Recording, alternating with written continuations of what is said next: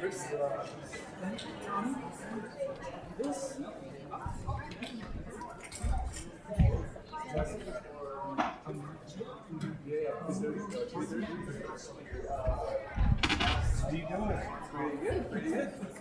about 10.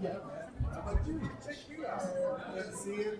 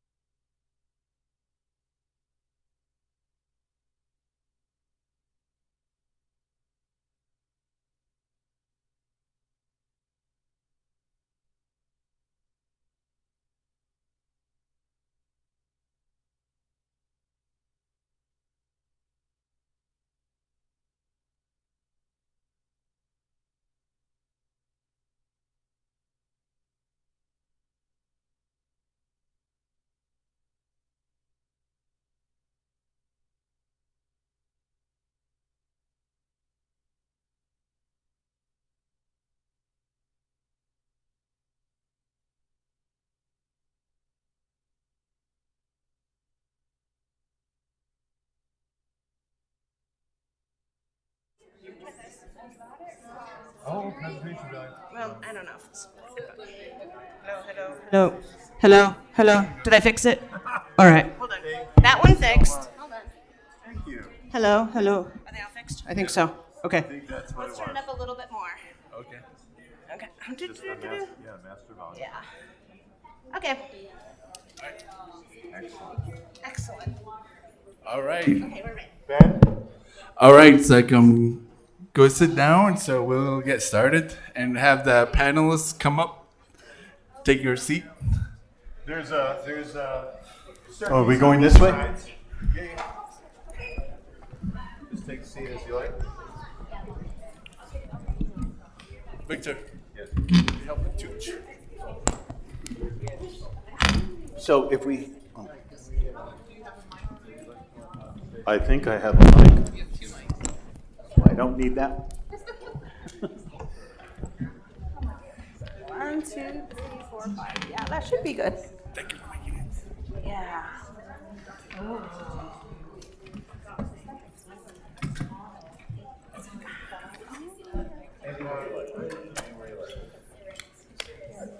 Okay, whatever is going. Anybody who doesn't have a clip mic? I think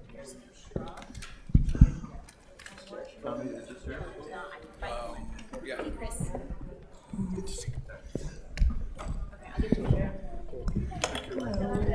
So she's got a, Oh, Chris, okay. Sorry about that. All right. We're gonna get ready for the second portion of this. And Mine is working. I just want to give you attention to the map behind you, the big screen. And everyone knows about the uranium hauling from the Pina mine, Canyon mine, all the way to White Mesa on the bottom. And then there's a proposed another hauling route on top on the North Rim that's going through Page, through Caboto, through Shanto, Shooting House, all the way up to White Mesa as well. And then there's another one over in New Mexico, the Honda mine, that's being proposed. That's going up to Gallup, Shiprock, and there's 2 other options that's going to go. Eventually it's going to go to White Mesa, but the green, light green, the yellow is like there's a proposed hauling routes that's being proposed at the moment. So there's the other mine that could be happening in the near future as well. So just pay attention to that. I don't think the majority of the public knows about the 2 other mines. So I think we're ready now. I think all the mics should be on. can you, here, Put it on this side. okay, thanks. So before I start, it's like let me introduce myself again for those that just came in. It's like Dr. Tommy Rock on the shadow. The Shidonaya no dashing slant leshon batashin correcting that the shadow look at night dashon hotaya din shidonde bashage dasnina arinasha to could contlande could shal khasla tay din shlo. Hi, my name is Dr. Tommy Rock. I am originally from Oljeto chapter, a place called Copper Canyons that grew up with my grandparents. So my grandparents raised me. And my clans are the Ute Salt clan, born for the Minigoats clan. And my maternal grandfather are the Bitterwater clan. And my paternal grandfather are the Reed People clan. And I'm an assistant research professor here at NAU now. And before I let the panelists introduce themselves, I would like to recognize my Oljeto Secretary Treasurer. She's here, Twyla Madison. Can you stand up? And Shauna Yazi from Cameron Chapter, she's here. And also from Tuba City Chapter, Nelson's here, and the Tuba City Chapter President was here. I don't know if she's still here. No, she left. So I invited them because anytime we're having a discussion about uranium mining, we never see representation from these chapters, or not just these chapters, but other chapters. So I'm glad there's some representation from the chapters that are here that can ask questions as well and get involved with discussion as well. So thank you for coming. And then Dr. Kaleti Chief. Ja, dosh de nashe ya donashli ge Torich Indian Shledo Tohana Bashishid Aro Tlazaslane Dashachedo ye the ne trachi de tashadala to le tatlaji barade shike ada shiyaho to a manchle to kwashiyaj sata johojolie happy day on the alcohol eshiti na kitiki ACIC but that's not job is a health alcohol le Tucson le host the dosha da article the hotata ultra the nash nesto Tommy kita behosasin el chiniaje ni the neta le goma le bekea the other beth iltra ko kita behosasin ko he kwa ha go shedini do kwa Arnold to shake da no senigi le tibet sky ade da no kaigi IC ba hensen do shake shi da no le shinale ade na ade Nephi chief olia ko yate hidini he. My name is Dr. Carletta Chief. I am a professor at the University of Arizona in environmental science. I am the director of the Indigenous Resilience Center. Thank you. Good afternoon. Thank you for coming to hear the second half of the forum today. I am Nona Bahashoni. I am grew up in Tuba City. Currently, I work in Window Rock, Arizona for the Navajo Nation with the Dene Uranium Remediation Advisory Commission, or we just call it Uranium Commission. And we work with a lot of families that you've heard about one case today. So it's a lot of work in uranium remediation. There's so many parts to it. And so the tribe is doing all they can to work with the federal government in this cleanup process. And so I guess that's some of the things we'll be talking about here.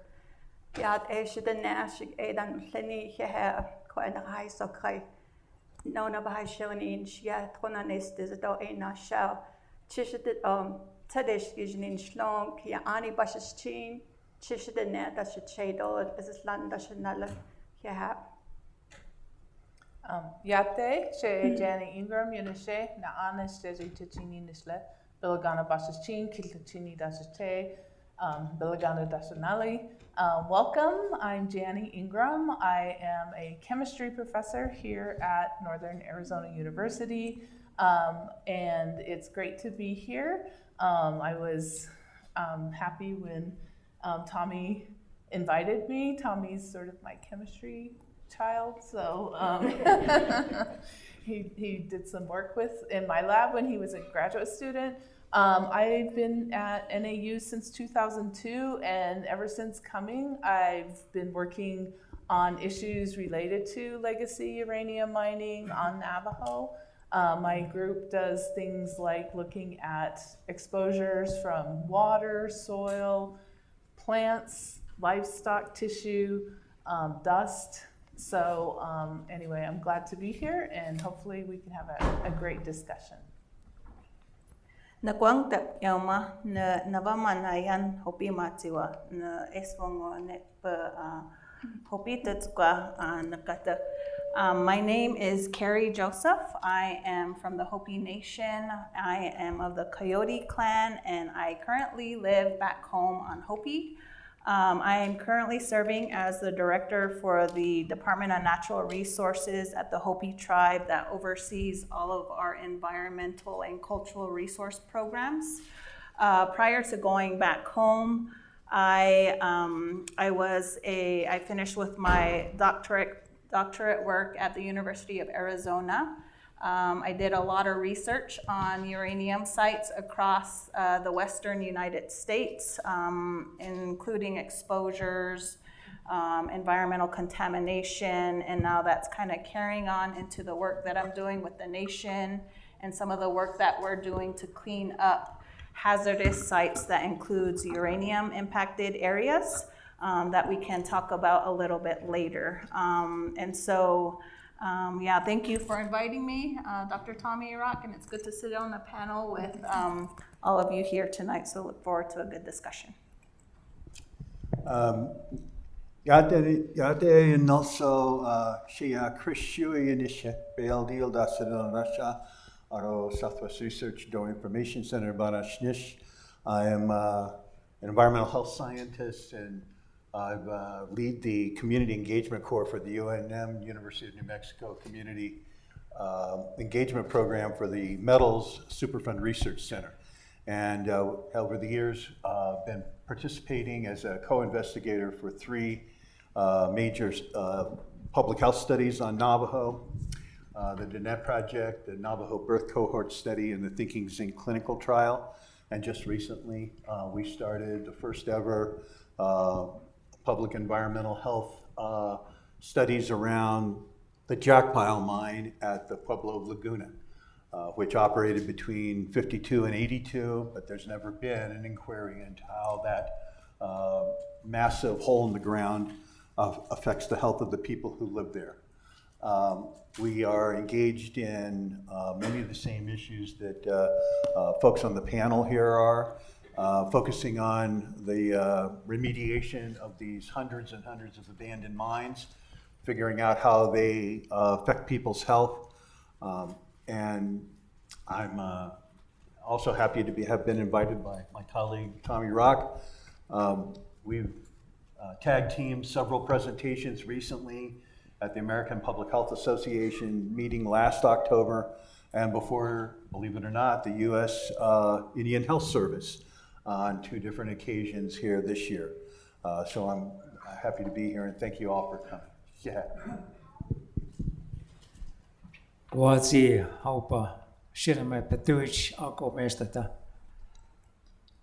everybody. I am Petuch. Petuchin is my Acoma name. Petuch is my birth name. So I'm from Acoma. I am Acoma. And there, I'm 81 today, and there I've lived my whole life there. And I never knew that uranium was dangerous. I worked at the Anaconda uranium mill site where the yellow cake was produced. Nobody ever told us it was dangerous.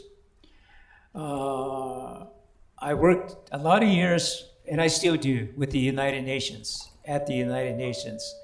And we never, the Indian people that I was with, we never talked about nuclear because we were concentrating on human rights. And we never associated that nuclear was a problem. We never knew that uranium went into making nuclear weapons or nuclear power plants or the nuclear waste. So when some of our group of people went to uranium hearings in Salzburg, Austria, we started our organization there at home. It's called the Laguna Acoma Coalition for a Safe Environment. As some of you may know, Laguna is our sister pueblo next to Acoma, so we're related. And there, Laguna had the largest open pit uranium mine at one time.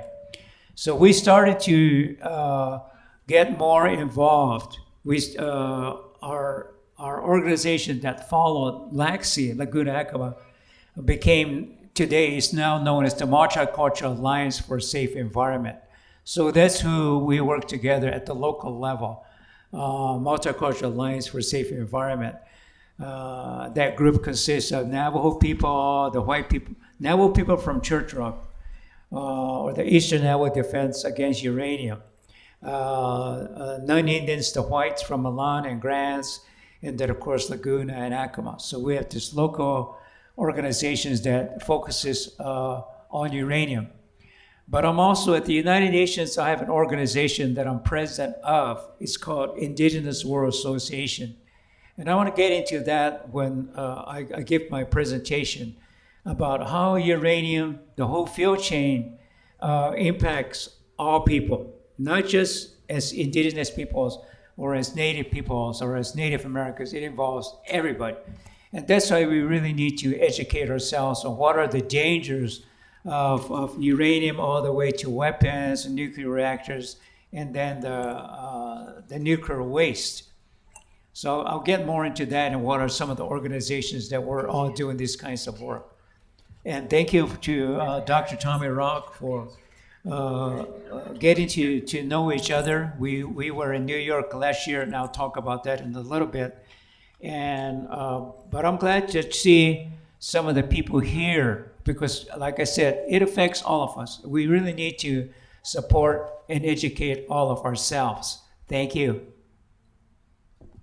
Thank you for coming. And before I start, I want to say this is like in our culture, everything is interconnected. We can't separate the health of the land from the health of the animals that graze on it, or the health of the people who depend on them both. Western science call this a one health worldview. For us, it's traditional knowledge. This project lives in that connection. By tracking cattle, we understand the soil. By healing the water, we heal the people. It's all one system. So in an indigenous perspective, everything is interconnected. And when the environment is impacted, we are also impacted. And this is why I figured this would be a great opportunity for us to come together. It's like regional tribes coming together and talk about this. And yeah, that's what I was thinking about. And hopefully we can grow from this and have more of this and start coming together more. So in the questions for the panels, I broke it down into a couple of them. So the first one is like health, safety, and environment. And the first question I'm gonna ask the panels are, what are the most confident links between uranium-related contaminants and disease?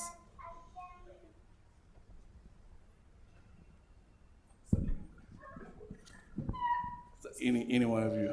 Is it for anyone? Yeah, it's like the panelists.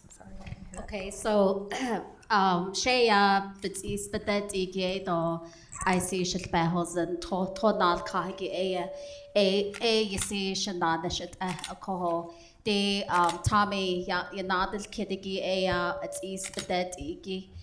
So I'm not a health expert. I primarily focus on water.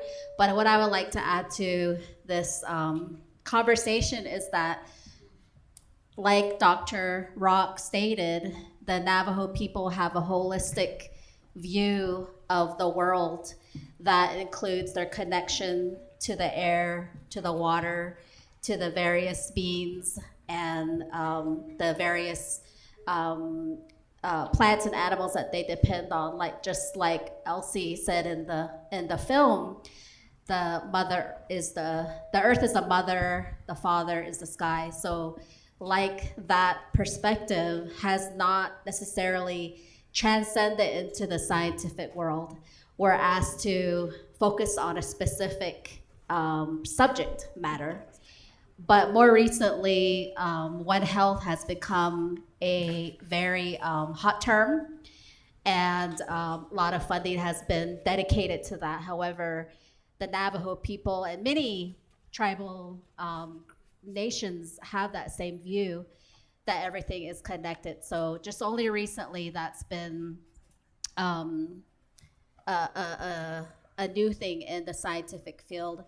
And so in my work, I collaborate a lot with Dr. Ingram here. We have several projects that we've engaged in that topic where we were able to work on the Gold Key mine spill. And although it's not uranium related, the results of that work are very important for many indigenous communities, because we were able to do questionnaires of Navajo families that live along the San Juan River that were impacted by the Gold Key mine spill. And we identified 43 different activities that the Navajo people engage in with the river, not just recreation, not just fishing, not just animals drinking from the water, but anything from medicinal practices to cultural activities that all relate to exposure. And those activities are important because we use that information to put into human exposure modeling, which come up with regulations for water quality and different exposure. So our PhD student, Dr. Sharon Ornelas Van Horn, she took those information, those 43 activities, and came up with a new health regulation recommendation for that particular spill. So I just wanted to share that information, that it's really important to consider the community who's impacted by these environmental contamination and how they engage with the environment, because we don't all engage the same way. Like some urban residents may not gather plants, they may not be out in the nature, they may not be sustaining their diet from from nature. So it's really important to have that holistic view. Thank you. You go. So through our studies, we work closely with the federal government in their studies in cleanup of these mines, 523 mines, abandoned uranium mines on the Navajo Nation. So in those studies, we're finding out that it's just the radiation exposure is just not impacting human health, but also our environment. And you heard a little bit of it from Mr. Clifford here earlier. And so I believe that because we have this traditional way of using some of the plants and some of the sheep or the cattle and horses and whatever that we raise, they graze in some of these areas that were heavily exposed to radiation. That over time, that the government has learned that they are being impacted. So that's what we're finding out. And from that, the health of the, not just the human health, but also the environment has really been impacted. And so we have our,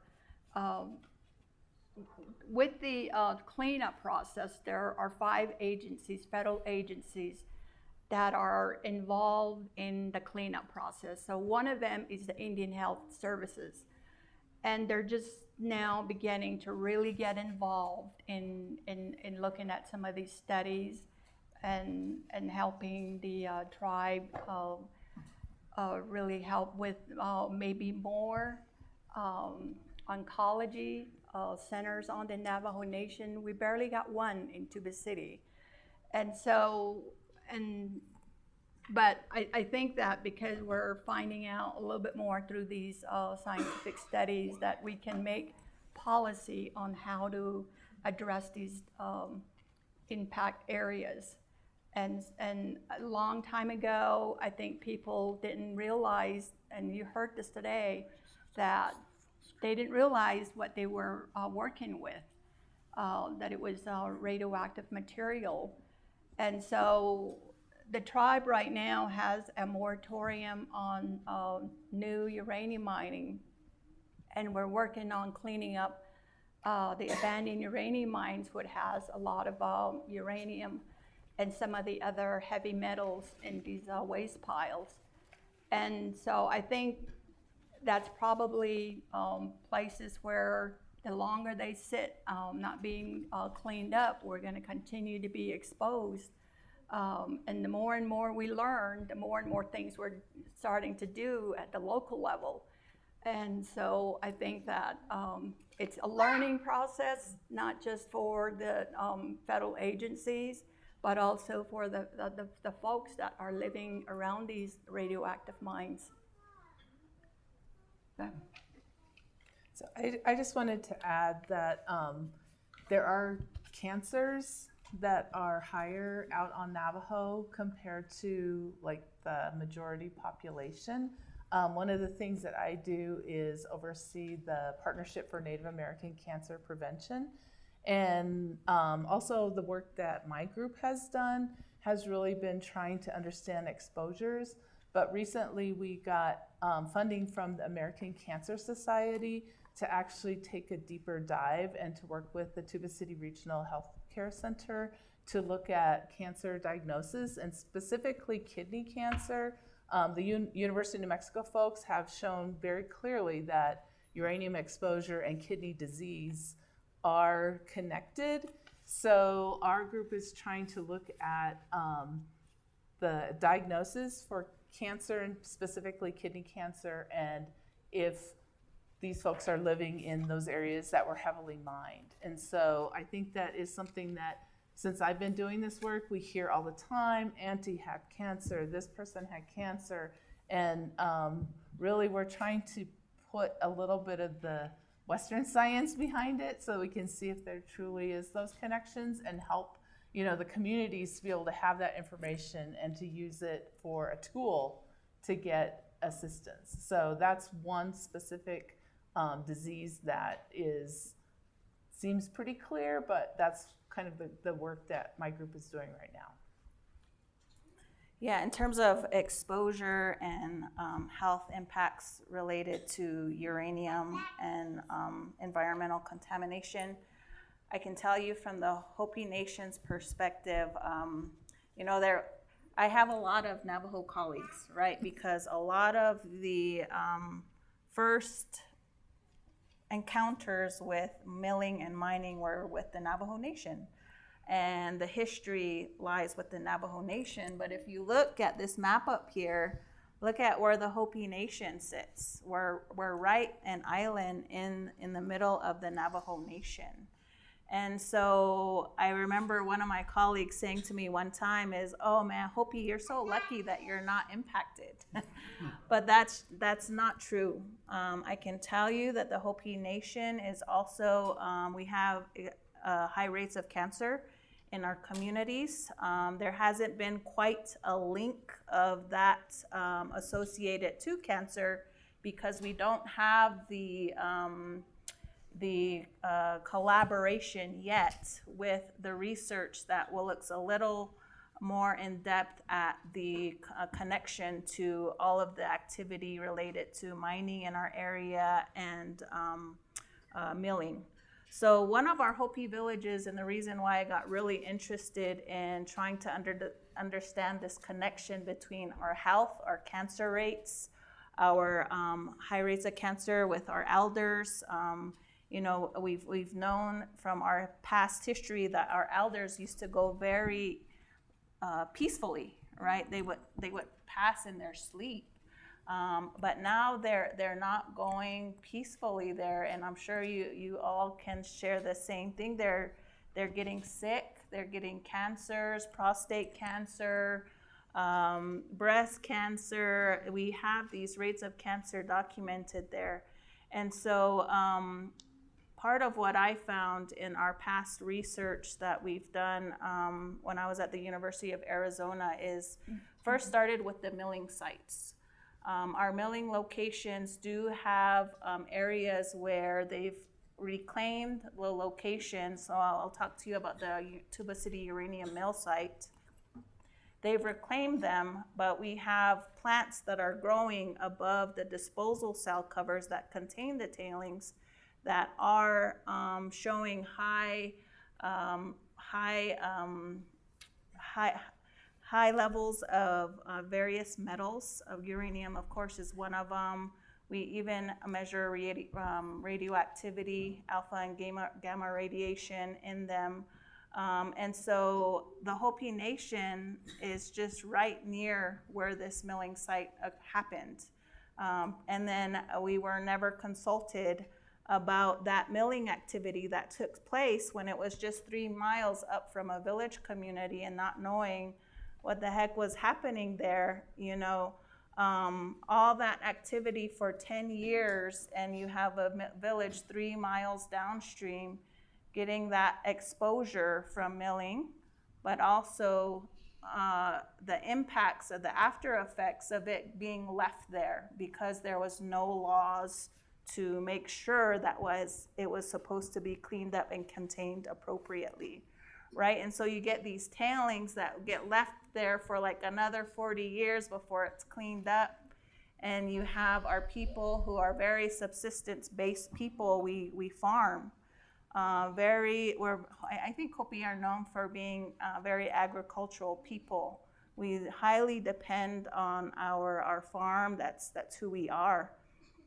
And so, all of these things are just trying to make the story complete in terms of that history, getting the education out to our community in Hopi, but also making the link that a lot of my colleagues here are making, and hopefully getting the Hopi Nation and Hopi population involved in some of those studies to kind of understand it in a more of a holistic picture, because again, looking back at this map here, we're right in the middle of the big Navajo Nation reservation. So that's what I can tell you about Hopi Nation. We do also measure in certain locations, and I don't want to get anybody, worried about anything, but we do measure some high levels of contamination in certain locations on Hopi in terms of water quality. But those are all areas where, we don't have drinking water impacts to the community, but we do have water quality issues with uranium and all the constituents associated with uranium as well. I would like to say that I got my start in this issue as a journalist in the late 70s.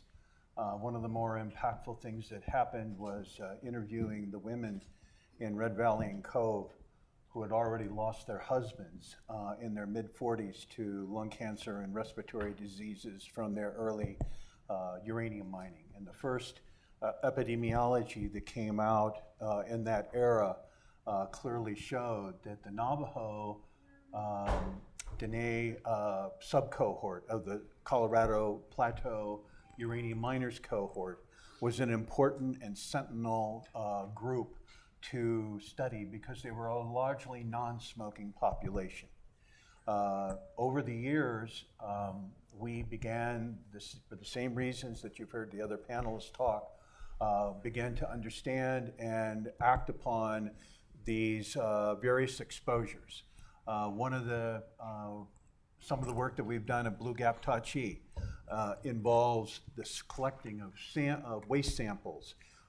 We've observed that these abandoned mines have a thin veneer of what we call nanoparticles or sub-micron particles. It's kind of in the weeds, but you have to know the kind of the technical and scientific background to understand how people were exposed. And when that dust was lavaged to laboratory mice, they developed cardiopulmonary impacts immediately. People will say, well, you dose the mice with way more than humans get, but the people who lived in Blue Gap have lived there for their entire lives.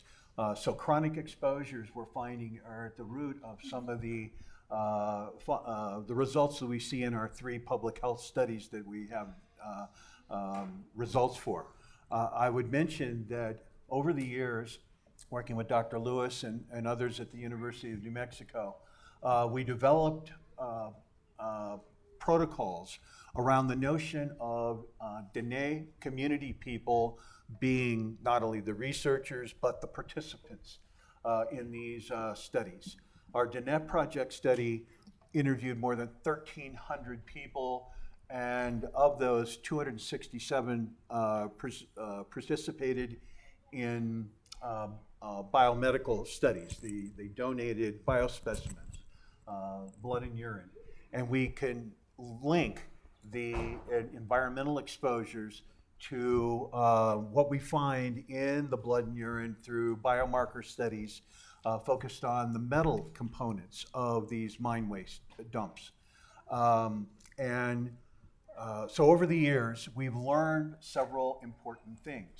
And I have a little handout over here on the table that says 80 plus years of uranium mining impacts. Anybody can go over there and see what I'm talking about.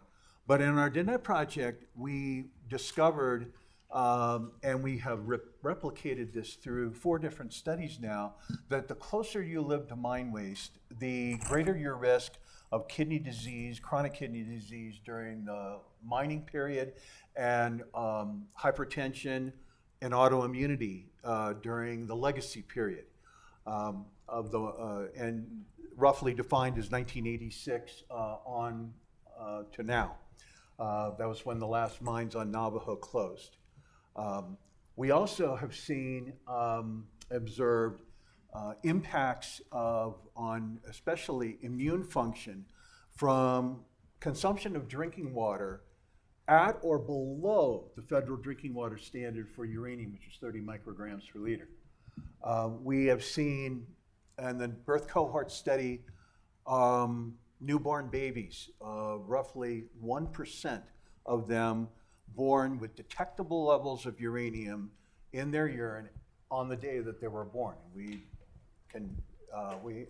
protocol for that study is well known and well documented.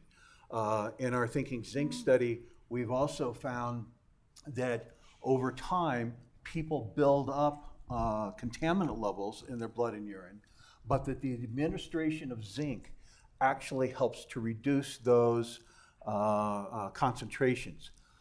Through the birth cohort study, we know that roughly 60 to 65% of the women involved in the studies, that's more than 1,000 people by now, are deficient in zinc and iodine, key nutrients for healthy child development and healthy pregnancies. We are now embarking on the first ever community-based studies around the Jack Pile mine at Laguna. So we do this through a mechanism that puts the study in the community. There's been, studies, laboratory studies in the past in the universities and other places that kind of set the stage for all this with background toxicological and epidemiological information. But until you get into the community and you interview people, elaborate exposure assessments, the biospecimen collections, and the highly sophisticated statistical work that needs to be done to make these associations. But the associations are not just relationships. We see these playing out through the study of certain proteins and other biomarkers in our bodies that allow us to go back into how people were exposed. Folks here have talked about the interrelationship of everything within the indigenous communities.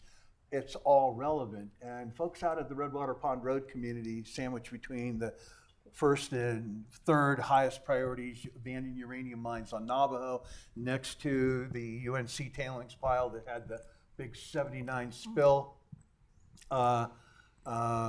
They often say we have to heal the land before we can heal ourselves. And so this reflects this tremendous relationship that people have to Mother Earth. And we take this very seriously. Part of our group at UNM has developed a way of explaining and showing these biological relationships from exposure to health effects through the use of indigenous art. And there's a couple of examples in the handout that I made by Zuni artist Mallory Kritaki, who is also a biologist and has published cover art pieces for major medical journals in the United States and abroad. So we're trying to tackle this critical question of how people have been affected and will continue to be affected through a multidisciplinary ways of understanding these things. Heavy duty science, but a tremendous amount of community engagement with the people in the communities, telling us what the issues are, what the concerns are, and taking part in how you go about conducting these studies. Right now, I think that the last time we counted, we had at least 50 people involved in the administration of these health studies over the years. We have 22 right now. And just keep in mind, one of the physicians that we worked with many years ago said there's 3 things you need to know about uranium. 1, it's a poison. Secondly, it's a poison. And thirdly, it's a poison. It is a known nephrotoxicant, meaning kidney toxicant, and it does not have any biological positivity for the human organism. So we don't need this substance. We need to keep it in the ground. Well, thank you to the people sitting up here to explain the causes and ill effects of uranium, because I say that common people don't know enough about the dangers of uranium, the radioactivity, and its impact upon humans. So that at home, Acoma never had uranium mining. To the east of us was Laguna, the Jack Pine mine, and then to the west of us, you had these uranium mills, 5 uranium mills that had to take that ore from the ground, a lot of it from Jack Pile, and then going to Grants by railroad, and then the milling operations there. Anaconda mine, where I worked, the Homestake mine, mill site there, and then the Ambrosia Lake mine. In that area there, they call this area the Grants Mining District. EPA calls that. There were 97. Now they're called abandoned uranium mines. So our people there, and of course all the 9 Indians from Grants and Malone, many people came to Grants and Malone during the heyday of uranium mining. People didn't know, I think, were not educated or taught about the dangers of uranium mining. And so people worked at the underground. A lot of it was underground. A lot of it was also surface-wise. And the men that worked in many of the, especially the underground, had some kinds of cancers. And of course, maybe the clothing that they had on them or lunchbox that they had, they took home. And then some of the women then became ill as a result. But still today, some of the people did get compensation from the Radio Exposure Compensation Act. And of course, then they had to prove that they had cancers from radioactivity. But even some of our people that can't get compensated because you can't prove that you actually got, like the women, can't prove that you got radioactivity because you never worked at the mines or the mills. One of my nieces, 50 years old, died from stomach cancer. And we don't know where that came from. So I'm saying that there are a lot of cancers that are occurring that we still don't know what's causing these cancers that are in our community. And we've been really demanding from the Environmental Protection Agency, the New Mexico Environment Department, the people that have the knowledge and the money to do these studies to determine what's causing the illnesses and the cancers that are befalling our people. And that's what I really, again, I like to have us emphasize, that if uranium is that dangerous, and we got to know how and why, and to do it in a way that common people can understand it. I give a lot of talks here, and they're all over. And a lot of times I really have a difficult time explaining why uranium is dangerous. And so we really need that kind of education, because until we do, you're going to have communities like Milan and Grants. They want the uranium mining because of the monies that are going to come into their communities. And I think that if you taught people more about the dangers of working in these mines and the mills, that we will be against it. But as it is now, people don't know. So some of my people from Acoma are probably going to wind up working in these mines and mills. And so this is why it's really very important to have these kinds of gatherings. Thank you, Tommy. Yeah, you're welcome. And next questions are, what are the main gaps in current environmental and health protection when it comes to uranium? This is Dr. Chief.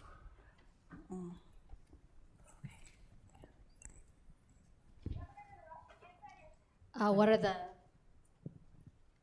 the question is, what are the current gaps in research around uranium? Oh, no, it's like, what are the main gaps in current environmental and health protections in regards to uranium?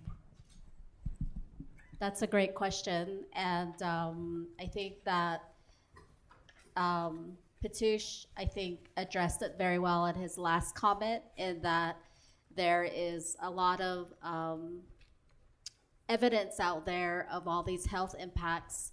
Dr. Janie Ingram talked about her research with the Cancer Center and seeing all these unexplained cancers on tribal communities. So I think that's the major research gap that we have today. Dr. Joseph explained that in her community as well. Why are all these cancers popping up in our communities in such high rates? And what is causing them? We, as residents of these tribal communities, see the environmental contamination around us, so we can hypothesize that it is these abandoned mines around. But the problem is that there's no clear data that's linking the two together. So I think that's the huge disparity that we are facing today, is the evidence linking the cancer to the uranium mines and other contamination in tribal communities. Okay, you done? Okay. I believe the some of the major gaps within providing, I'll talk about the environmental protection, is I'll talk about it at the tribal level, what some of our issues are. I think one of them is community involvement. And we've been with this issue for, 30, 50 and more years, that these waste piles have been sitting in our backyard, literally, in some cases. And there was just no education. And so it's taken this long to really start to explain to our people, the residents especially that live around these uranium mines, about the dangers. And so I think some way, somehow, we could have probably done something sooner. But it took the tribe to sue the PRPs to clean up, to start the cleanup. And so that's where we're at after many years of not really addressing these issues. And some areas, they're really, really dangerous areas. And I think those sites, the government considered them priority mines. So those are the sites are now being cleaned up. I think another area is the lack of policy at the tribal level, and we're struggling with that now. We have many parts to our leadership that we answer to as a commission. So when you talk to one group, and then you have to talk to another group, you have to talk to another. So we really need to kind of get on the same page on a continuity of this project to keep it going, to keep the cleanup done, and not just to, let me back up a little bit. One of our departments did some reclamation work. And it was really helpful to the people just to keep that area safe, keep the people safe, the environment safe. So they really did some reclamation work. But it's not remediation, it's not cleaning it up. We just made it safe, that's where we're at. So I think people are under the having this reclamation work, people are thinking that, okay, we're safe now. But we still have to do final closures and the remediation process with the government. I think another area that we have a gap is building capacity. Our regulatory agency, Navajo EPA, they're working with the federal government, EPA, to do the cleanup process. And so we're finding out at our tribal level, we don't have enough people. We don't have scientists. We don't have engineers to really address this. It's a huge, huge problem. And so again, I think we probably should have done something about it, and we're slowly getting our own people back to the reservation, scientists and engineers, to start working on this. And it's going to take many more years. And I think, having to finally figure out that this is really dangerous stuff as people, as community members having to live with this, that the awareness is starting, with some of the folks that are not just doing studies like Chris, that's really been helpful with the community, and that's really bringing awareness to the issue. And so I think those are some of the big gaps that I see. So I would just say for myself, a lot of it is training Navajo or Hopi students, any of the tribal students who want to learn more and actually be involved, because they can take those messages back. I think the education is really important. And if you, I'm a PhD chemist and I don't know it all. And so it's really important to have groups go back and talk about things, because we've had community members say, well, this water tastes better than this. Well, it's because it's saltier over here, but there's high levels of uranium and arsenic that you can't taste. So it's that, you really want to know more information. And so our group has tried really hard to just listen, and anyone who wants their wells tested, we go try to do that.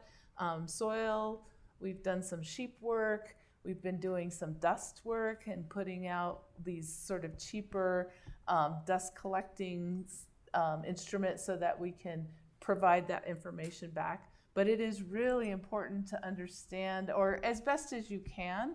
I don't think we have to be PhD chemists to really get the information about, what is not healthy, what is not good. So plants, Mr. Clifford is amazing. He's an amazing botanist. He worked with us with the Gold King mine spill, and he's worked with my students in the Cove area. Just getting the experts in the communities to actually help you to understand what you should be using, what you should be trying to avoid.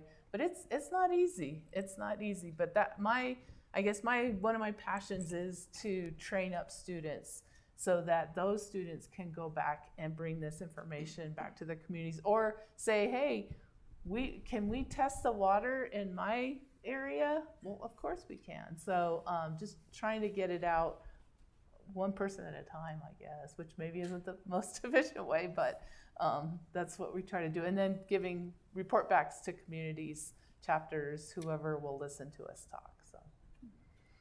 Yeah, I'll echo that in a way, and how that is really important at the tribal level, at the Hopi Nation. So we've really been tapping into utilizing programs to bring in summer interns to help us with that research translation or data translation, because we have a lot of very skilled technicians on the ground, but it's the education that we're lacking, where the translation is not quite understood.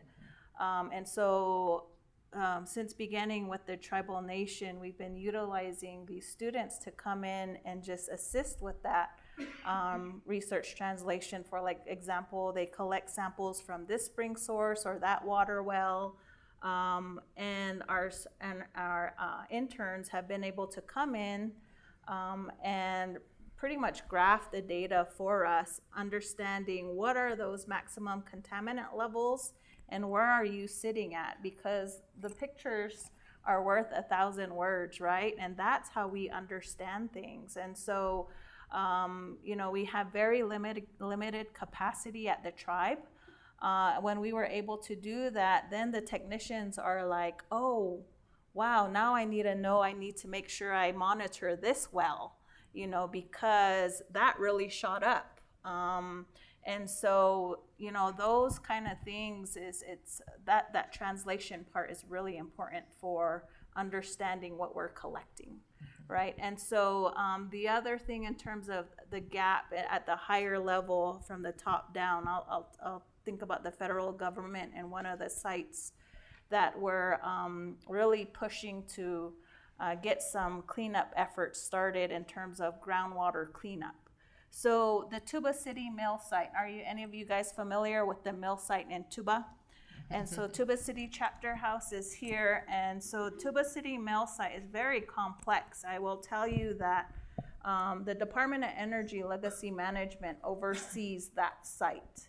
And like the mining law, and I don't know if you guys are familiar with the mining law, but it has major flaws, right? And so just like uranium mill sites, all those sites prior to 1978 that did not have any kind of cleanup policies implemented when they milled, all those sites pre-1978 are managed by the Department of Energy.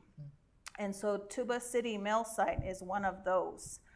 The Department of Energy manages just over 100 mill sites, and 4 of those are on the Navajo Nation. One of those sites is the Tuba City mill site, and that's very close to the Hopi community of Munkapi, right? And so we're very invested in understanding what's happening there. But I can tell you the Tuba City mill site, over 100 mill sites that they manage, Tuba City is probably in the top 3 to 5 out of those 100 for DOE. So what's happening there is that they haven't had any active groundwater treatment for the last 11 years. And when they instituted the cleanup measures at that site, that was supposed to be incorporated, but it was never followed up on. And so now what they're doing when the nations are trying to tell them, hey, what's going on with your groundwater cleanup? All you're doing is pumping it out, sending it to an evaporation pond, but that's no cleanup. At the same time, you're seeing the plume migrate further to the wash, Munkapi Wash, which is downstream.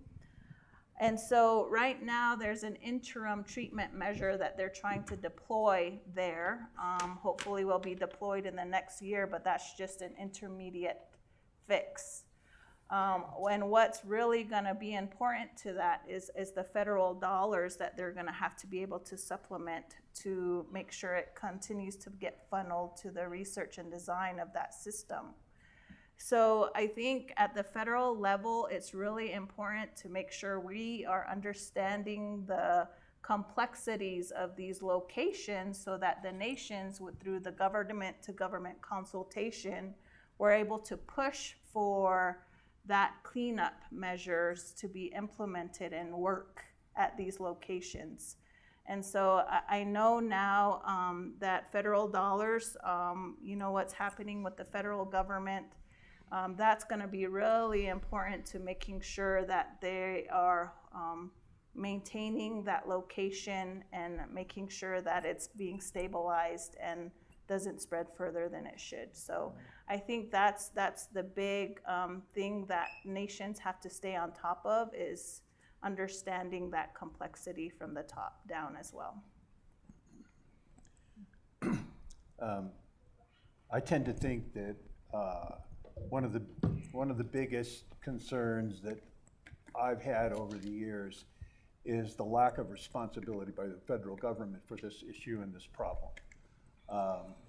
keep in mind that roughly 70 to 75% of all abandoned mines in the western United States are defense related, meaning the uranium was mined for the nuclear weapons program.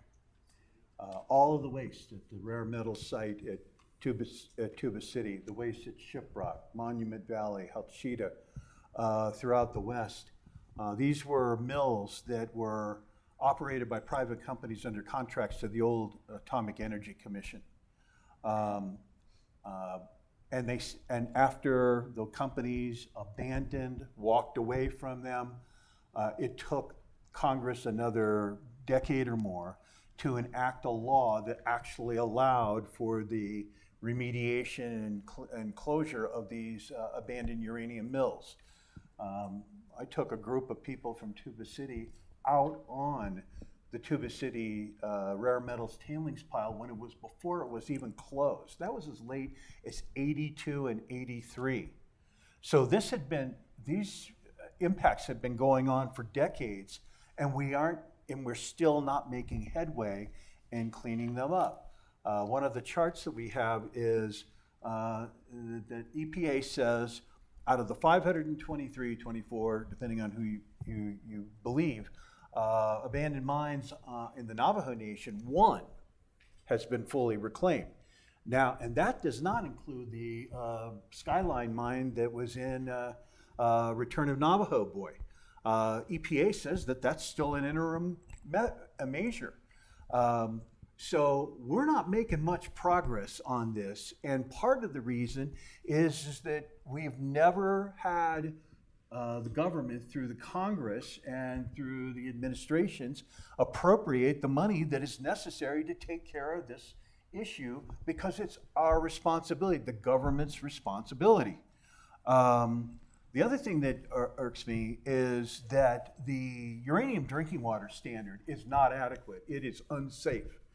And we know this because not only of the work and the studies that we've done, but in other places around the country where you have mobilization of uranium concentrations in groundwater due to a variety of conditions, including the application of nitrogen-based fertilizers in the Ogallala area of the Central Plains and the Central California agricultural areas. We're doing things to mobilize uranium that we don't either have an idea about, or we're unwilling politically to fix the problem. So I think that in many ways we're going to continue to kind of spin our wheels. We talk about this massive effort to clean up these mines, and yet the process that we face in doing it takes years. And or our colleagues, Jacob Phipps from EPA knows this, that when you implement the Superfund law for uranium mines, because there's no other federal statute that deals with uranium mines, it takes a long time because each site gets its own process. And in some cases, they've been able to consolidate a few mine sites in the Eastern Agency, but that's not the pace that we need. And the biggest way to prevent health effects is to close exposure pathways. And closing and covering and consolidating mine waste into fewer sites is a public health imperative, I think, in not only in the Navajo Nation, but throughout the West. So the three gaps I want to talk about, and kind of spinning off what Chris just now said, the lack of governmental accountability and responsibility for uranium mill sites, or especially what we term abandoned uranium sites. One time my colleague and Laura Wachapino, she's from Accomatillo, we were there at an abandoned uranium mill, a mine site. A big hole in the ground, a rock all over the place, and we were standing there. And I asked one of the scientists that was with us, I said, is it dangerous to stand here on top of the rock or waste? He said, not really, maybe unless you stood here 1 year. I said, what about that open pit over there, which is about a couple 100 feet away? He said, my instrument could even measure it. It would peg the meter. That's how dangerous the radioactivity was at that hole in the ground. And I told this to the New Mexico Environment Department. These are just open pit areas on the ground, no signage of anything at all that says danger radioactivity. And yet you have animals, or you have drinking water that collects there, or you have walkers that are just interested, going to these places. So the lack of responsibility for dealing with these kinds of sites is one thing. And the other big gap, of course, is the education gap that I was just talking about first. Not enough information is put out there about the dangers of uranium mines and mills. And there's a big gap there. There's really needs to be more closed and getting information out there in common language. And finally, the other thing that I really want to emphasize, and I hope that there's some university students here or other students that will learn the dangers of the entire nuclear fuel chain. So you have this education gap there, and then the lack of attention by indigenous nations to take strong stance against uranium mines, against nuclear weapons, against nuclear reactors, against nuclear waste. You don't have enough indigenous nations to stand up in opposition to all the trillions of dollars that are going into nuclear weapons. And we definitely need to encourage our tribal governments and nations to oppose nuclear reactors, nuclear weapons, and to emphasize that uranium goes into these plants, into these weapons, and then creates the waste from high-spent fuel rods. And that's why, again, we need to educate each other. Thanks. What specific improvement can be made to make Holler-Ups safer communities along the corridor? So if you look on top, it's like those are the corridors, and these are some of the conversations. These are some of the comments being made by the communities that live in those corridors. Any suggestions? Starting with Carletta. I'll defer to my colleagues who are experts in these areas, transportation. Okay, again, for the Navajo Nation, I don't know if you all are aware that the Pinion Plains mining company by Energy Fuels is being transported from the mine site around Flagstaff, I-40, and then out towards the Navajo Nation on US 89. And then through Western Navajo, Northern Navajo, out to White Mesa Mill. So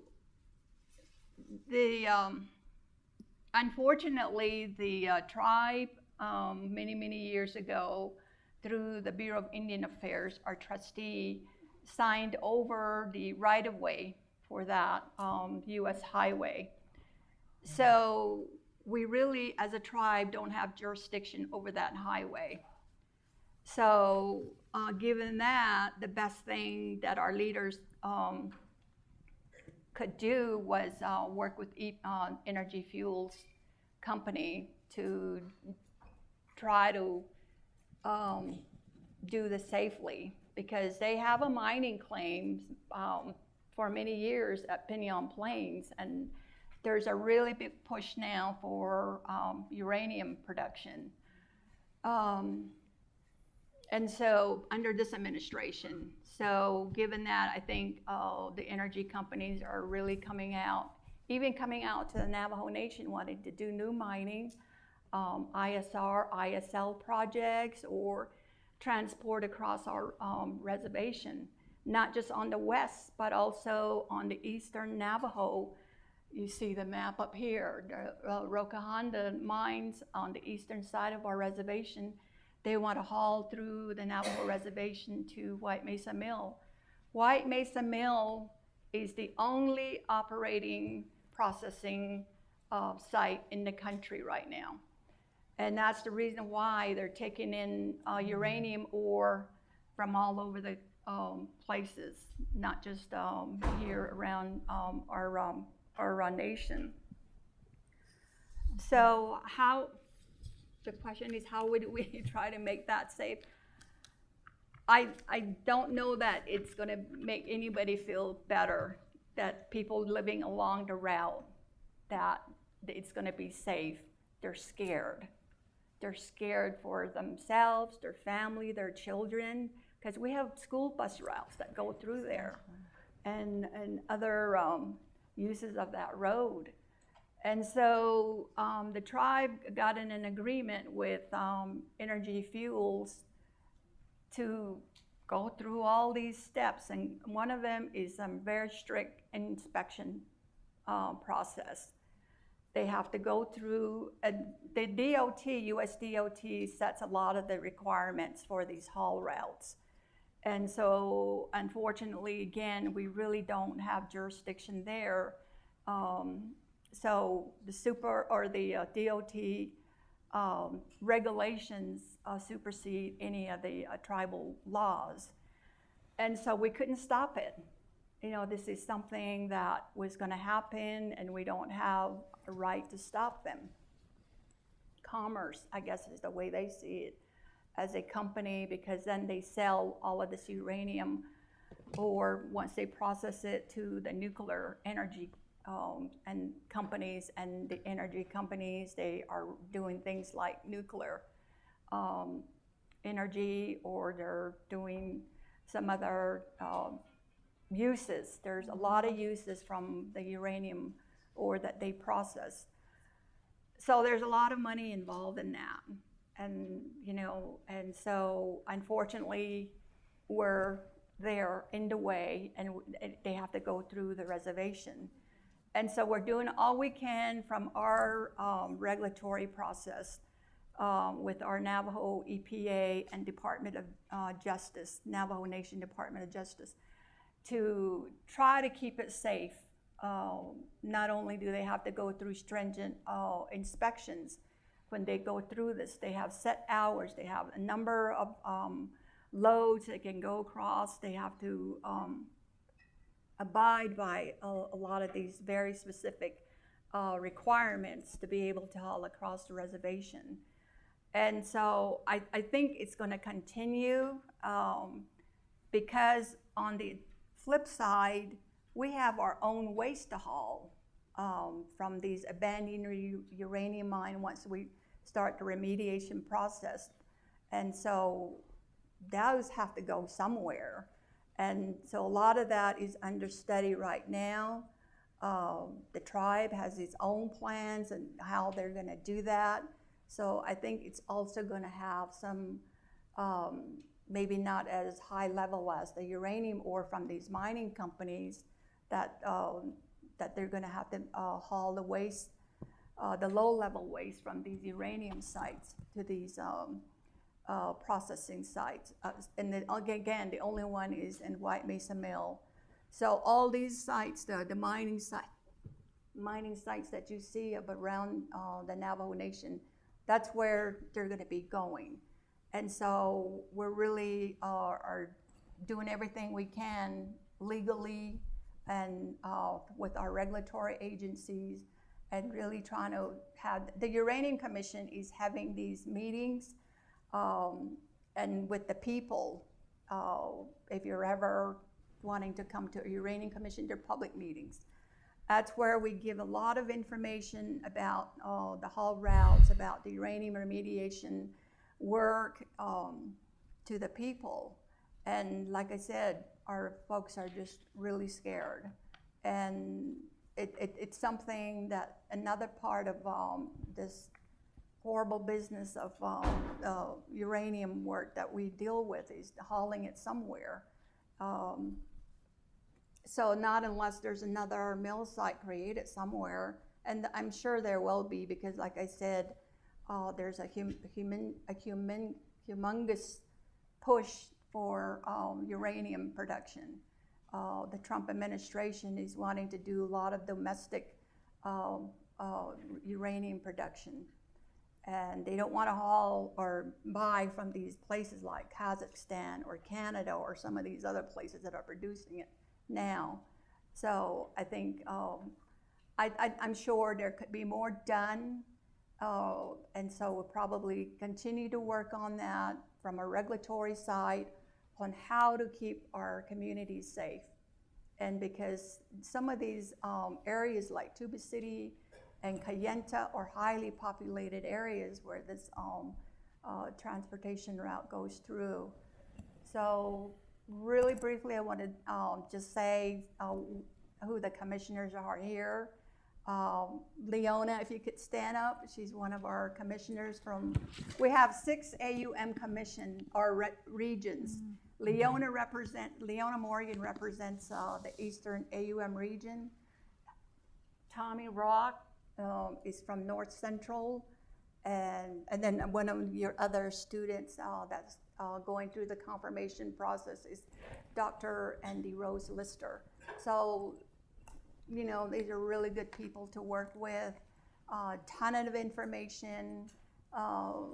Commissioner Morgan, she's spent her young life on just this subject, and she could, you know, it's just a wealth of knowledge, you know.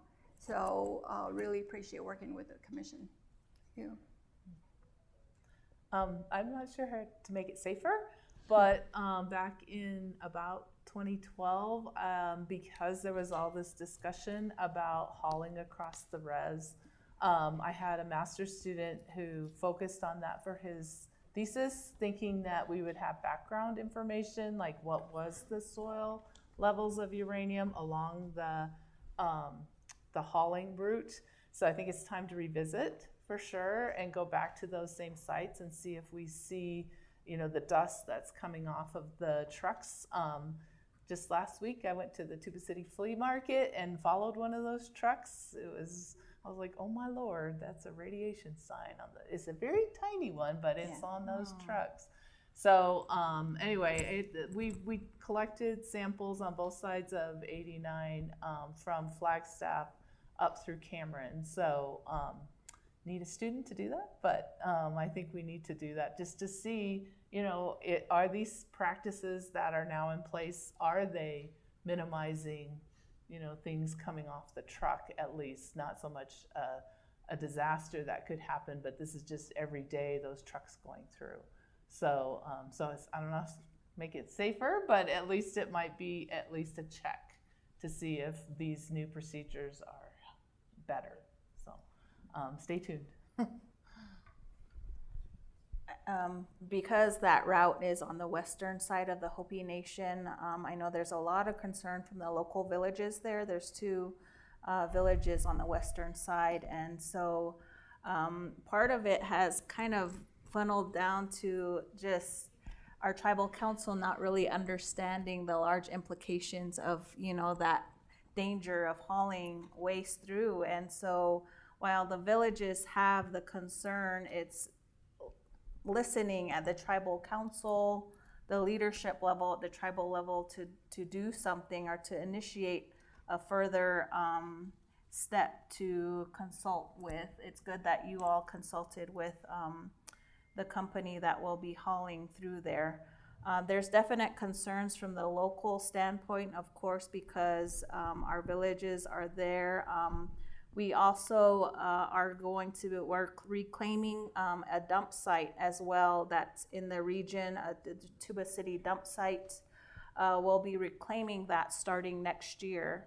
And so also the concern has been is when we're hauling all of that waste, which also has uranium contamination in that region, when we're hauling all of that waste to an off-reservation site to Flag, it's either coming to Flagstaff or to Joseph City, one of those 2 locations.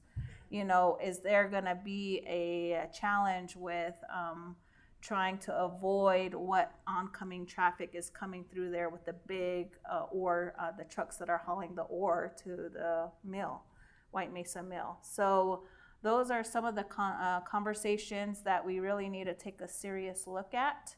And the bad thing is from the tribal side is we don't have a regulatory office. We used to have a regulatory office. thankfully, we were able to supply some funds just for this October. We'll be getting those funds to reignite and rebuild that program again, the Hopi Environmental Protection Office. And so we'll be getting that funding in October to hopefully start to build that capacity up again, to have somebody there to begin that process and oversight that we are desperately needing at the tribe. So that's where we stand at the nation. Yeah, I'm not sure that there's a lot more that can be done that hasn't been done. The agreement between Navajo and Energy Fuels provides a way for Navajo to regulate the ore shipments in ways that they probably hadn't contemplated, and so it's better than nothing.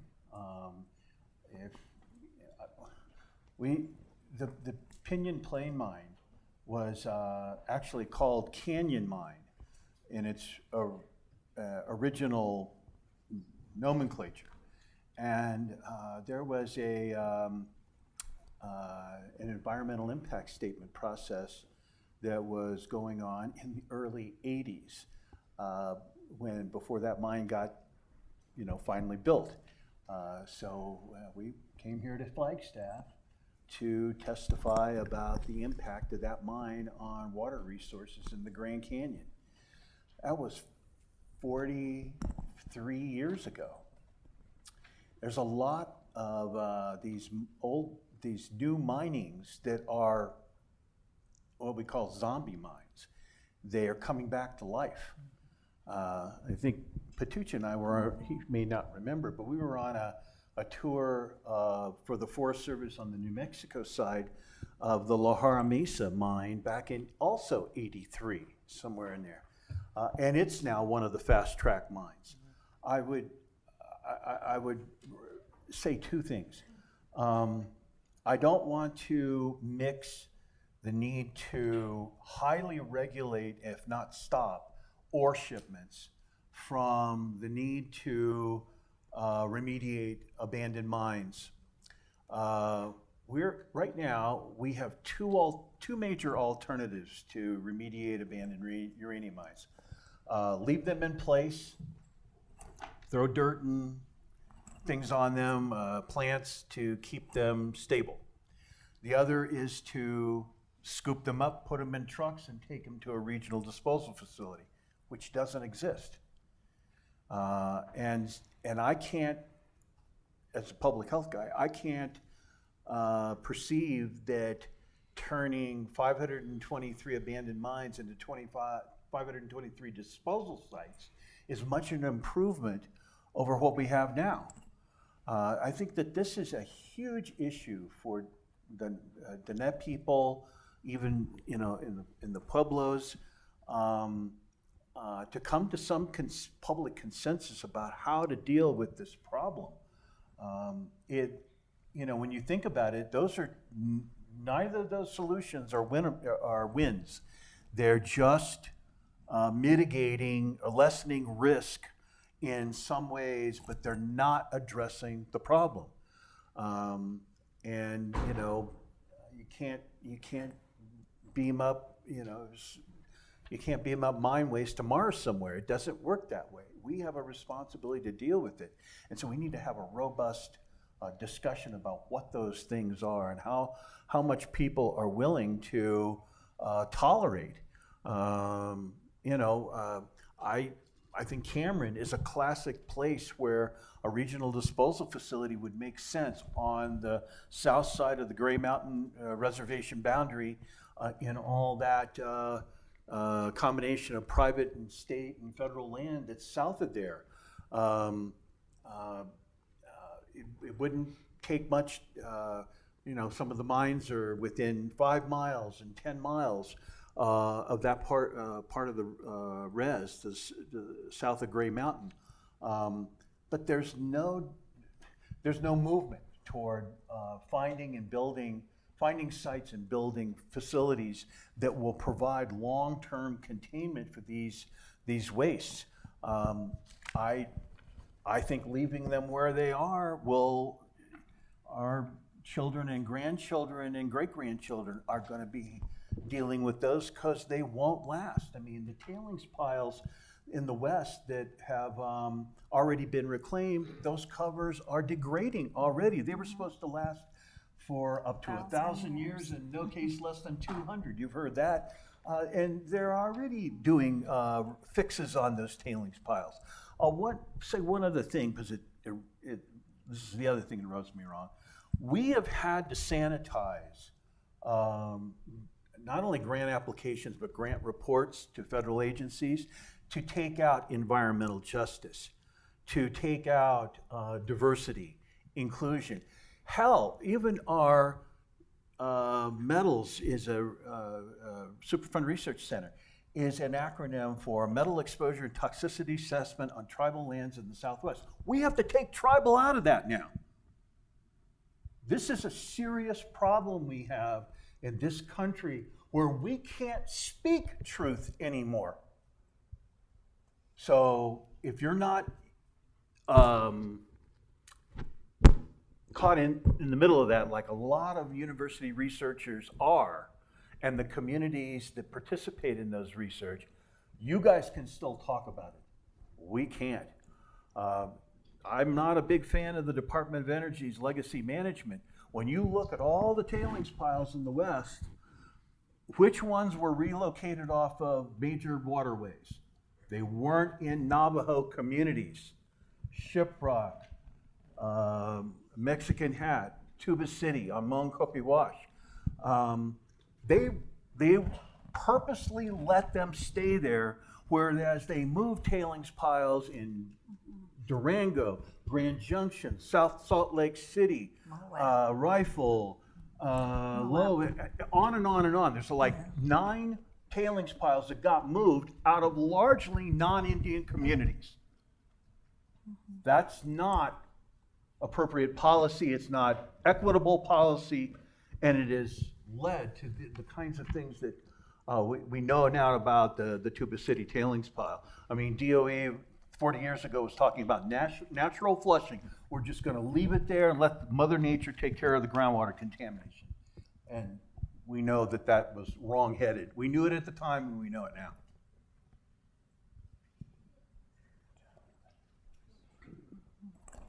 Let me talk about the transportation of radioactive waste. The panelists here have already covered the transportation of uranium, but I want to expand that to the other kinds of radioactive waste that are being transported today. And some of these are big terms. So like the one term that they're using that you see on I-40, they call it transuranic waste.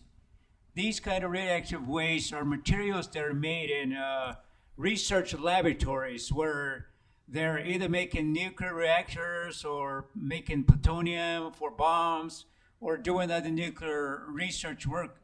And so these kind of like gloves or other materials, tools, and they're being transported to the waste isolation pilot plant there in lower New Mexico. So they're coming from the West Coast. Much of it is coming down from Idaho. Some of it is coming all the way from Georgia, coming to New Mexico.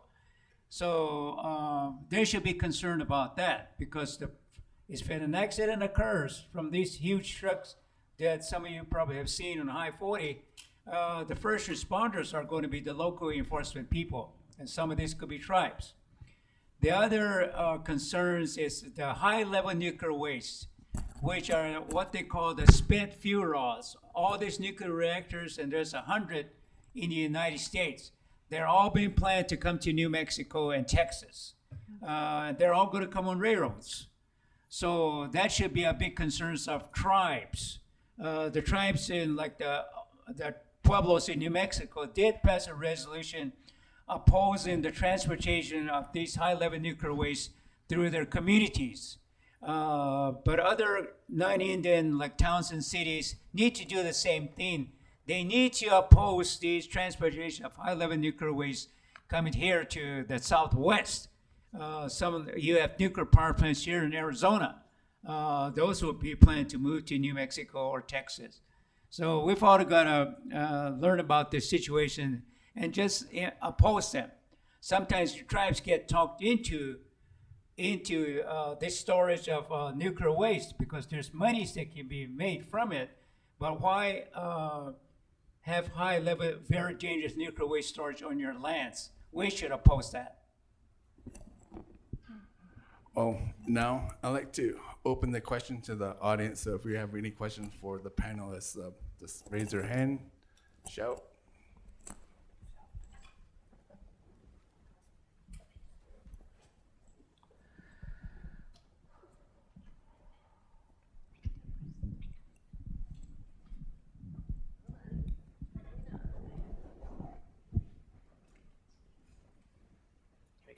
Here we go. Okay. Well, I guess one thing I'm glad to hear is that local labs are measuring, both here at NAU and then also the tribes are working with NAU on measurement. In the 80s, I went to a movie and that was another documentary called Dark Circle, and it was about plutonium.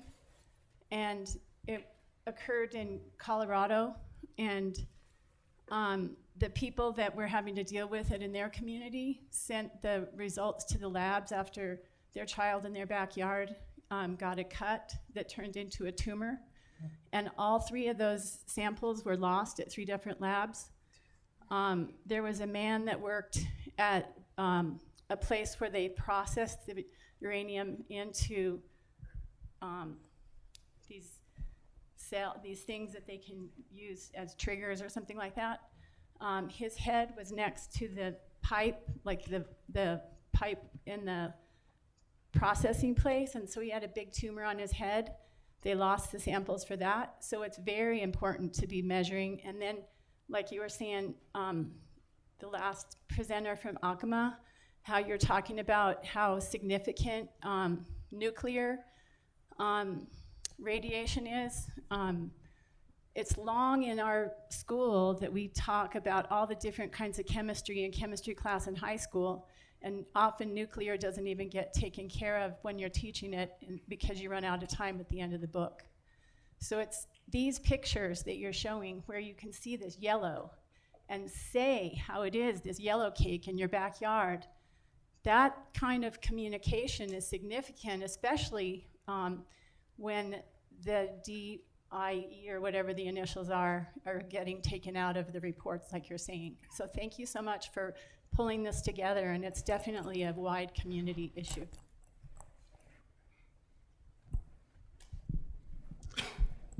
So to the panel, I want to commend you all on your work. It's very important. It's so critical that you be that beacon of knowledge and truth, you know, amidst all of the nonsense out there.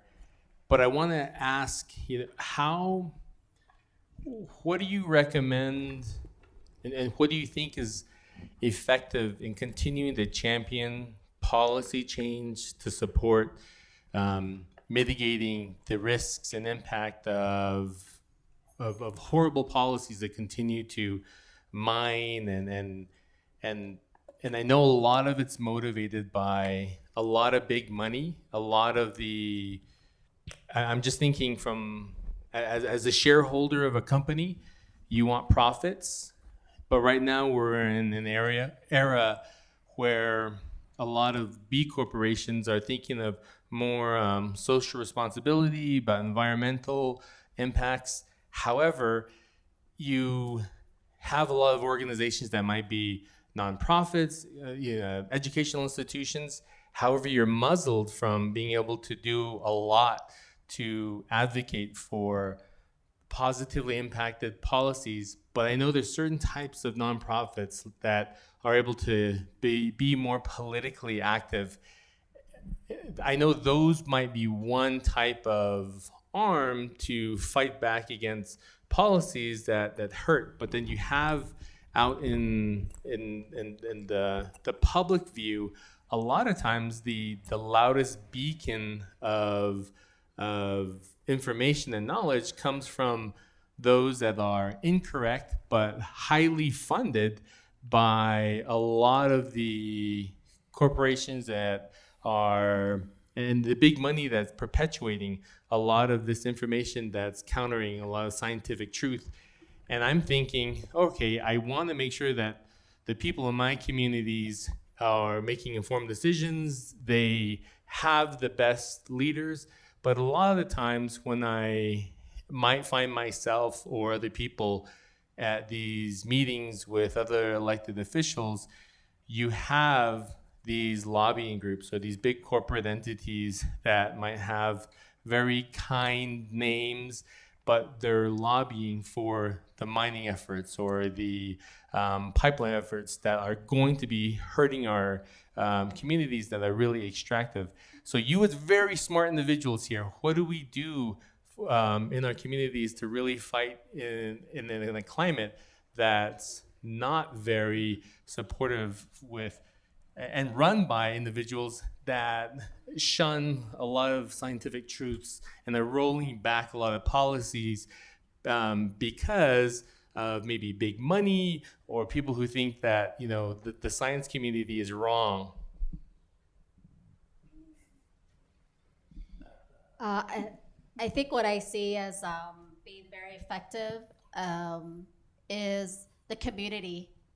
The community who is most impacted, their voices to be elevated and shared, just like Return of Navajo Boy. And I think Elsie, in her own right, is an environmental justice leader for tribal communities. And working together as a collective community and supporting Indigenous students who want to come back to their communities to work on these issues. And a lot of times I see them trying their hardest to go to the chapter level to try to get permission for these different research studies. And it's very hard for them, and many of them get discouraged. And I've seen students cry before the Navajo IRB, and all they want to do is help their community. And I really related to what John Wayne Cly said, you know, when he said, somebody asked him about, are you learning your language? And he said, yeah, but somebody got mad at me. So I think that's a general challenge that a lot of our young people face, is the lack of support to come back and help. So if we support our young people, because they're the ones who are so passionate about doing the work, but getting the help of the community to support them to do their research. And I think a lot of Indigenous peoples, the young people are the ones who know the best because they're the boundary spanners. They're the ones who are coming from those communities. They know the people, and now they're trying to get their education to do that science. So when I see the support from the community, the tribe, the professors, the nonprofits, the traditional knowledge holder, the community champions who are championing those issues, if they all come together, I've seen that work really well in various instances, like with Dr. Rock's work, with Dr. Joseph. There's other students who've gone on to get their PhDs. And I think that's really one way that's very effective. And if the speed is fast, to address it fast, that's probably the best, because you need the data to advocate for the policy. In the Gold Key Mine Spill project that we worked on, we had a lot of young people, you know, even high school students who came and they started doing their water sampling, they started doing their work. And we were able to get a lot of data within a year of that spill. And that data was the only data that was collected by anybody. And the Navajo Nation ended up using that data to file a lawsuit on behalf of the Navajo farmers. So had not all those students come together, the tribal college students, even Perry, Charlie, Arnold, Clifford, it was a really big community effort. And that's going to change policy when we all come together and work together to address these issues. So we need people like Elsie to champion who's going to do that next, you know, and we need those loud voices.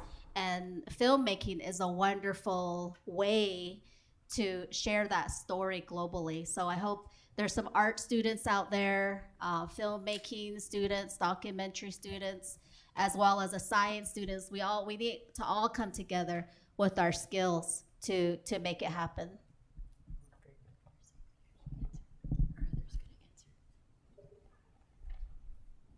Okay, I have a couple comments, and then I have a couple of announcements. Maybe I can make that at the end. There's some events coming up. There's someone watching online, so I'm just asking a question on their behalf. Jessica Kitso, she's been working on a community-based energy plan for Navajo Nation. I don't know how many of you are familiar with the Navajo Nation Energy Plan. And so her question is if some of you, I don't know if this is limited to Diné people, but she was asking if some of you would look at that energy plan and also make some comments on it. So like, for example, the part on uranium was very lacking, and I helped to rewrite that with her, and we could really use your input. So that was the first question. And then I just had a couple comments. I just want to thank all of you for your work.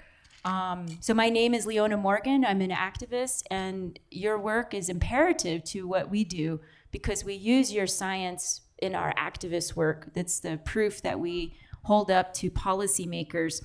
But I just wanted to kind of encourage folks, if they want to comment on any of these things. Diné Care is a nonprofit organization, and they're doing collecting comments. So I have these postcards if anyone wants to sign them, and these will go to the governor of Arizona to talk about the Pinyon Plain uranium mine. And you can talk about anything, RECA, new mining, new mill proposals in Utah, all of that.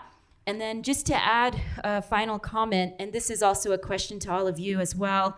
I don't know how many people are aware of the secret agreement the Navajo Nation made with Energy Fuels. So here's a handout. This is the only public information we have about that secret agreement.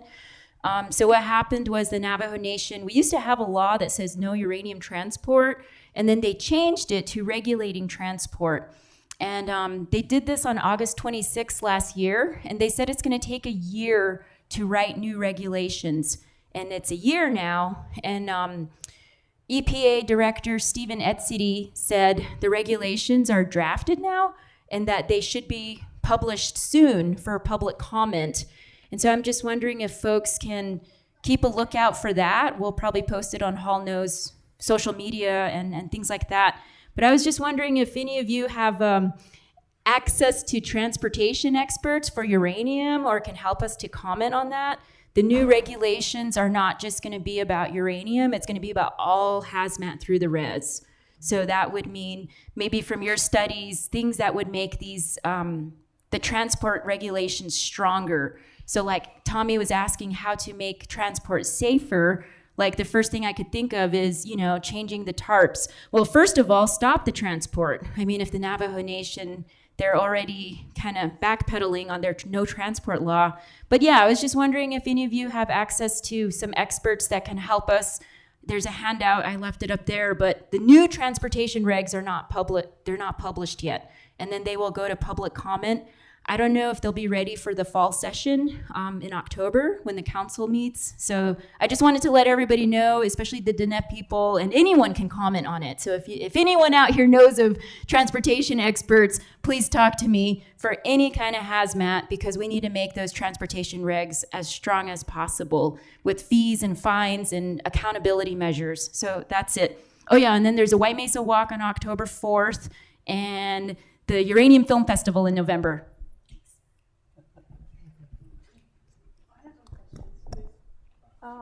Okay, do you want me to answer her? what are we doing?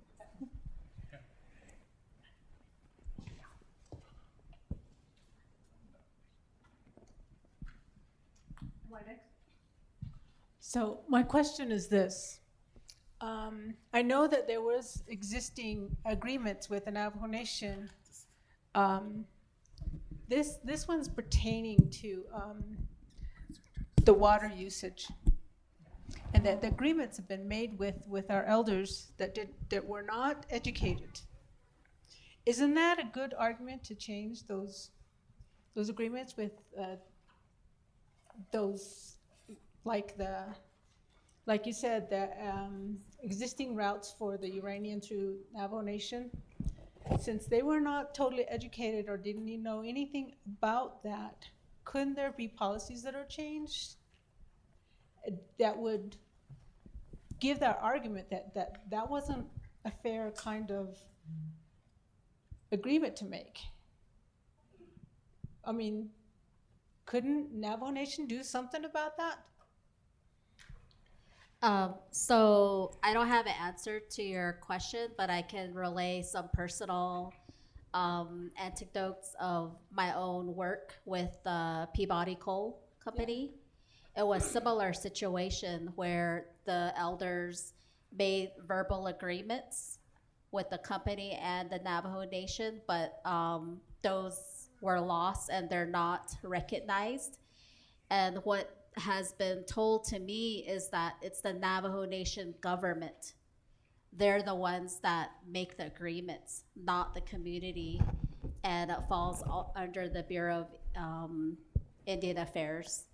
So whatever the Navajo Nation agrees to is really what is upheld, not the people at the community level, unfortunately. But I don't know if anybody else knows anything different than that. Not with a water agreement. I guess I'd need to know a little bit more about your question, and then I can find out for you. But usually any agreements that are done, they go through a clearinghouse with not just Navajo EPA and DOJ, but and it goes through our leadership review. So I don't know how far it is, and so I can find out for you and let you know. So can I answer some of Leona's questions? With the Navajo energy plan, yeah, that is a plan that's going through review now, and the Uranium Commission is going to take that up at some point in time once we get our expert to, bring up some study points. So we'll be reviewing that and commenting on it. And you're right, there's a whole section that should be included in there on the uranium, and it's not. So that's something that I think we'll be working on as well. Okay, my second question is this. You were talking about the newborns that were tested that had traces of uranium in their radiation, whatever, in their urine samples. For us as individuals here that have lived in, like I lived most of my life in the north side of Old Jato Mesa, right above these were my people that were my family members that were in the film. When we go to IHS clinic and stuff like, what kind of test should we ask for? Because like for me, I'm starting to have kidney problems. What is it that should I ask for to see if I have effects of the radiation? Because we got the water runoff and the plants and everything in that little oasis that we live in is pretty much contaminated. And we played in those areas, Is there something that we can do as an individual when we go to IHS and ask for these tests so that we can kind of like get our own blood panel and so that we can help ourselves? Is there something like that's been implemented? No. For parts of 25, 30 years. We have been doing grand rounds and a whole bunch of communication with providers at the Indian Health Service and 638 facilities. They are not, it's not about, they don't do research. They do testing, diagnostics, and identify diseases and how to treat them, right? Individuals can make their providers aware of your exposure patterns. Educate, you live in an area that all of you have become experts in how you were exposed, what water you drank, where the plants grew, what plants you ate, how you used the livestock. So you have a multiplicity of pathways of exposure. Most providers don't know the questions to ask because that's not what they have been educated to do. And that's not a disparaging remark about any of the providers at any of the hospitals, because they're all, you know, wonderful people who do the best they can. Sometimes it's kind of up to us to tell our providers what we think the problem might be. There are several panels of substances that you can ask for. They're called biomarkers. And, but they're not routinely applied in hospital or clinic settings. We just, speaking of the Navajo IRB, we just submitted a draft manuscript.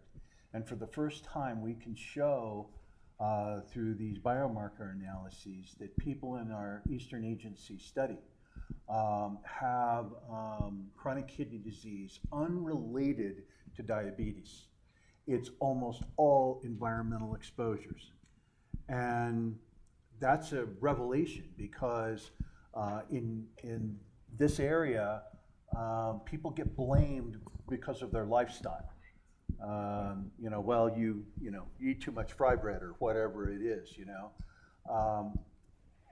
But they don't routinely do these things. And I think that on our end, we probably need to do a better job of educating the physicians and physician assistants and the nursing staffs on what to recognize. Basically, and we've even drafted at some point a series of questions. Well, where do you get your water, ma'am? You know, do you butcher your own sheep? Do you know if you live near a uranium mine? Those are basic questions now that need to be asked at a clinical level that often don't get asked. There's a lot of reasons for that beyond the educational level. I mean, most of these facilities are understaffed. I was asked to write a letter of support to get a new Gallup Indian Medical Center built in 1985, and it still hasn't happened. So we're seeing this kind of continued pattern of giving short shrift to the need of indigenous people in our nation for the health care that the treaties said we were going to provide, and we don't do it. So I mean, I can give you a whole list of things that you could probably take to your provider and ask, can we do these things? Can you do these things? Otherwise, I think as Carletta said, you almost have to have a study that's been approved to be even able to take those first steps. Chris, I would just say, I think there's also a second thing that needs to be done is for them to explain why they're asking those questions. Right. Because I remember as a little kid, when I went to the dentist at IHS, and they would ask me these questions, and I would answer. My mom wouldn't be there, my dad wouldn't be there. I'm like, yeah, we haul water. But I was just a little kid, and I didn't know to ask why, and that was the end.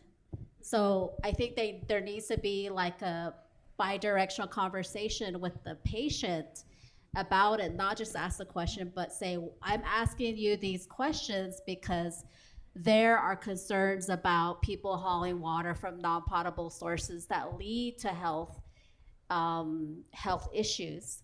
So I know that some people do get asked that question, because I got asked it as a little kid, but I never knew why until later on. Oh, that's why they're asking me those questions. One last thing. When COVID came out, I live in Prescott, and I have clients that come and see me, and they kept telling me that Navajos were dying so fast because of these pre-existing conditions. And they always mention the diet, alcohol, drugs, and everything. Could the pre-existing conditions have come from radiation? And I mean, that was never mentioned. Now that I'm listening to this forum, I'm starting to just make these connections. Could it have been that just looking at this little map, it's mind-blowing how many mines are on in one place. And now there's an existing route. I can make a comment on that. We actually have a project on that very question, because we know that arsenic laden, the water that has arsenic in there is linked to diabetes. So when somebody has diabetes, it's not always related to their diet. It's also can be related to their water that has arsenic. So when COVID happened, we tried to do work on that. And it was a whole group of individuals.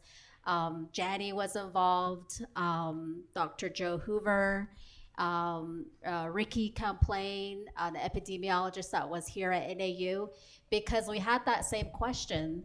Are these COVID cases related to people's water quality, where they're getting water, their location to mines, other comorbidities that they had? But it took a long time. It took 4 years for us to reach a data agreement with the Navajo Nation to get the data of these COVID cases. And so we just signed a data MOU with the Navajo Epicenter after 4 years of continuous discussion. And there's protections for that data, so only 2 people can actually look at it, and it has to be aggregated at the end. But that's the question that we're looking at right now. But it's just, when people are talking about time, like, time is of essence. Like, if we're gonna address a question, we all need to get in there fast. But it took us 4 years to reach that data agreement with the Navajo Nation to even look into that. So hopefully it's being led by Dr. Joe Hoover, Dr. Ricky Complain. Hopefully we'll be able to answer that question in this coming year.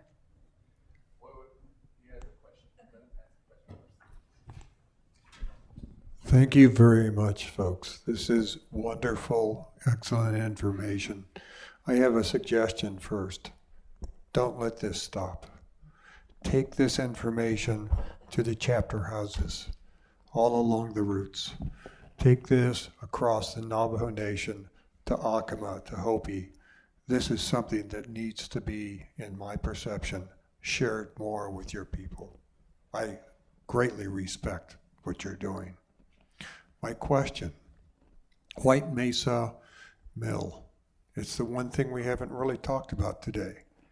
And there have been reports in High Country News about water contamination and illnesses there.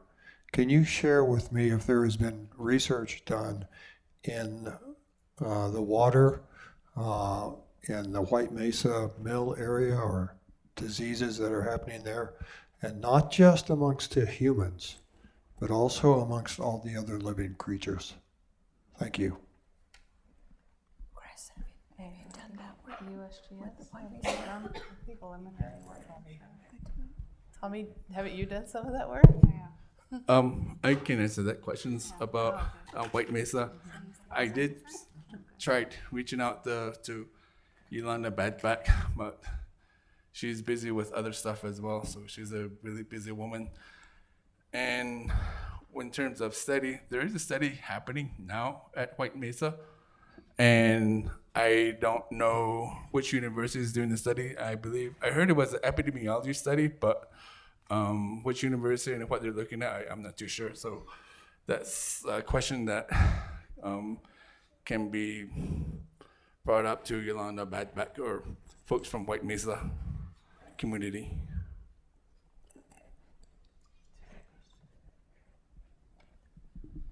And so we're out of time, so if you want to go talk to them, you can email them and talk to them after this panel. So they're accessible right now. So thank you for coming. And